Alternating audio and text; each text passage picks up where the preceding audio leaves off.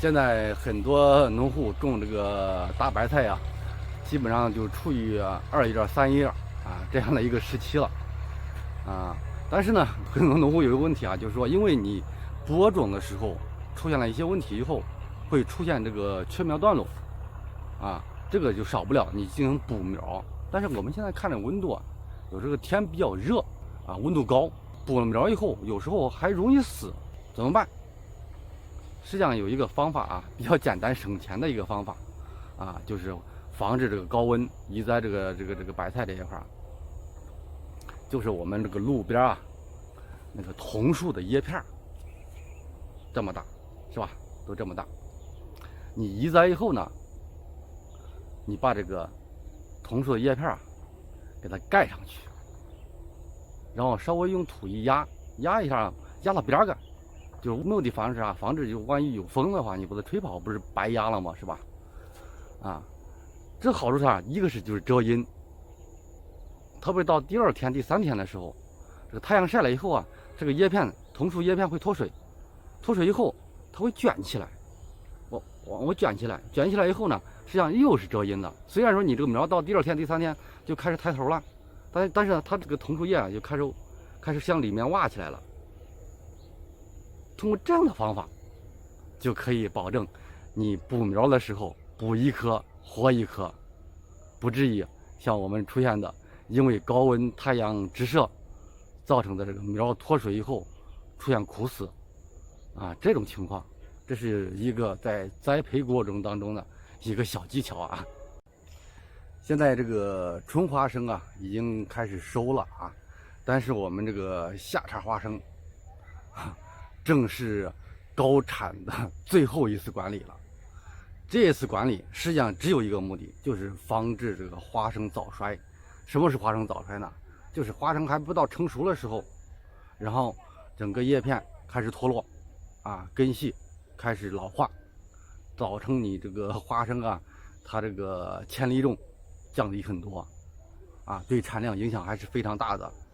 那么我们如何去防治这个花生早衰呢？实际上花生早衰的原因呢主要就是品种退化问题虫害问题旱灾涝灾包括病害虫害但是我们现在能掌控的实际上主要就是一个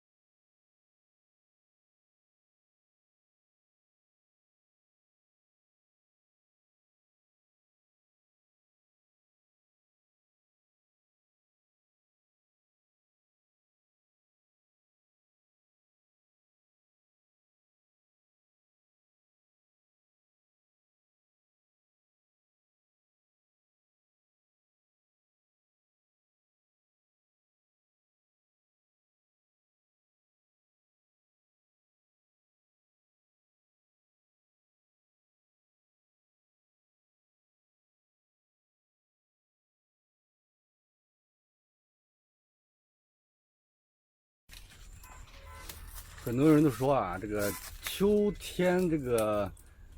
甜瓜卖价高，但是呢秋茬甜瓜是最难种的，知道为啥吗？虽然说甜瓜是一个喜光喜热的一个作物，但是它是有限制的，不是说你1度的高温光照强它就产量高。你包括现在你看下面甜瓜都长有鸡蛋大小了这个时候外面的温度还是在32、33度，是吧？这个时候你这个种植很大的一个问题呢，什么？做瓜比较困难，因为我们这个大棚的甜瓜，它这个做瓜呢，主要是靠这个卤比尿去进行蘸这个瓜胎来使用做瓜的。但是呢，你在买这个卤比尿的时候，你会发现呢，它上面就是这个稀释的浓度一般根据温度的不同，稀释浓度是不同的也就是说温度越高，你这个浓度呢越低。但是你看它最高标到30度30度一般10毫升兑4斤水，然后就不再往上标了。为什么呢？因为你30度以上是很难去把握这个浓度，使用以后浓度小了做瓜坐不住，浓度高了怎么裂瓜夏季这个最关键的问题就是裂瓜问题了那怎么去做结合我们这2年我们的一些经验建议我们种植户因为它这个最高的稀释比例是10毫升4斤水，就是0.1%含量的那个卤比尿如果你在温度超过30度以上，你可以兑5到6斤水，这样的一个稀释浓度这是一点第二点呢，在你蘸这个瓜胎的时候，蘸完以后用手指弹一下，把上面沾的这个药液给它弹掉。这样情况下，既能保证住做瓜，同时呢也不至于出现裂瓜的这种情况。所以说，我们种植户，如果你在夏季末做秋园后这个甜瓜种植，这个做瓜问题是很关键的一个技术问题。